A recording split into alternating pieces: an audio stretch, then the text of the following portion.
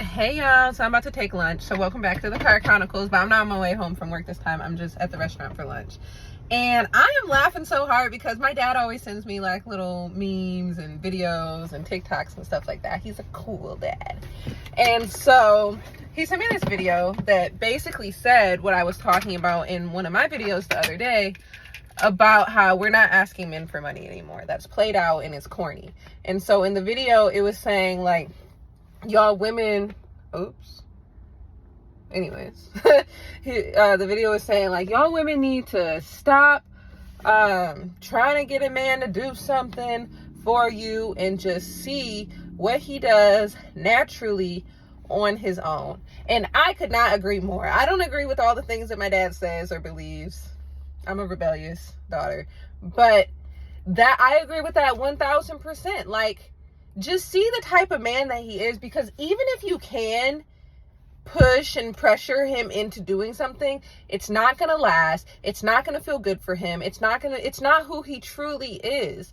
And now, oftentimes, if a man isn't being the way that you want him to be, and then you just remove yourself from the situation, like you just don't give it much time or attention, he will come back a better version of himself. And that's how you hold a man accountable. That's how you inspire a man.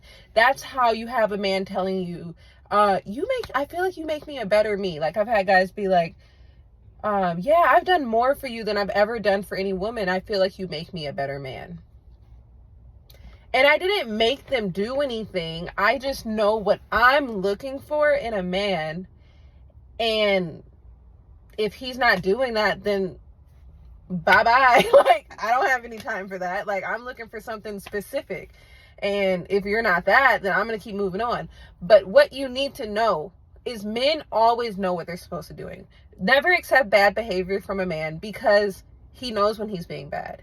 It's a test. If you accept the bad behavior, then he'll just continue being bad. If you don't stand for that, then he'll come back again. And it might be like, you can't obsess over a man either, because their timelines are different. To me, a week feels like a year. The man, he might leave for literally like a couple weeks, a couple months. They say, I'm not married yet, so I don't know, I don't know how my husband is going to act. But they say like a man who really loves you isn't going to let you out of his sight for that long, because he's going to be like afraid that you'll find another man in that time. But I've had guys who did kind of disappear off the face of the earth for 2 weeks, 3 weeks, 3 months, and then they came back new and improved, like on their A game. So you just keep living your life. I also made a video about how, like, yeah, we want men to take us shopping. Yeah, we want men to pay the bills. Yeah, we want to do all this stuff. But at the end of the day, the things that you are committed to in your life and the things that you have taken on as a responsibility, you have to do those whether or not the man is there, whether or not the man pays the bill. Like, if you have children, those kids have to eat no matter what. No matter what happens, they're still going to have to eat. Even if the man dies tomorrow, even if the man goes to get some milk and never comes home, like, you still have responsibilities that you have taken on. And so we're not necessarily like depending on one man, even 20 years into marriage. And so you're always setting up systems and processes and habits and mindsets that will support you in any scenario. So I don't want anyone to think that we're just out here letting our life go to havoc and hoping that the man holds it together. We're never doing that. And so when you're leading your own life and you're holding it down and you are taking care of your business, the men will just show up, and the men will do what you want them to do. Like, there's no pushing, there's no pressuring, and you're going to choose the man who best aligns with the man that you're looking for. And I used to feel like, and this is vulnerable, I used to feel like, okay, I'm just going to commit to the man who's willing to give me the level of relationship that I want, which would be marriage. So then I guess in my head I was like, I'll just commit to the first guy to propose. But then I started having guys buy me rings, and I was like, okay, actually no, I'm gonna commit to the guy who best matches the love list. There's a lot of guys who are willing to propose to me. There's a lot of guys who would love to have me as a wife. But I'm not willing to be the wife to just any man. And that's what I had to learn, because in my head, I was feeling like, marriage-minded men were scarce, but I had to kind of work through that limiting beliefs, because actually it's not hard to get a man to propose. That's what I had to learn. It's actually quite easy. Like, I used to think that being the wife was the prize, but being the wife is the prize. Having a man who absolutely loves you and who you admire and respect is the prize. You don't want to have a man that you don't admire. Like, you just got him because he was there. And you don't want to be the starter wife and he just got you because you were there.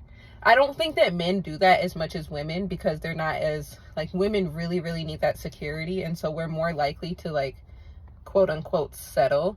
Men will hold out. They will be a forever bachelor if they never meet the woman who just lights their heart on fire.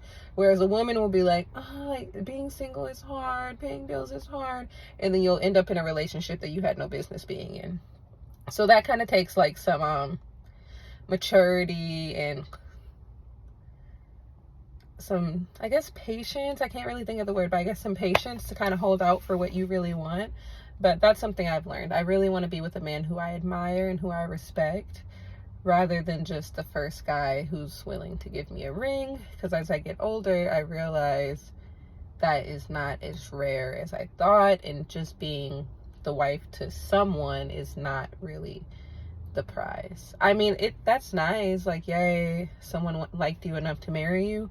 But once you build up some self-confidence, like I've cultivated, I'm like, any man would be lucky to have me as a wife. Like, of course he wants to marry me. Not surprising at all. I would want to marry me. Like, I'm that girl. Like, duh. But I guess when I had low self-esteem, I used to feel like, oh my gosh, like, if I meet a guy who wants to marry me, I'll be so happy. Blah, blah, blah, blah. But yeah, we're not asking men for money in 2023. It's a movement. We are giving the opportunity to, we are giving them the opportunity to provide for us, the opportunity to be a masculine man, and either they deliver or they don't deliver, and there's no love lost. We love them anyways. But I love you guys. Have a blessed day. Peace.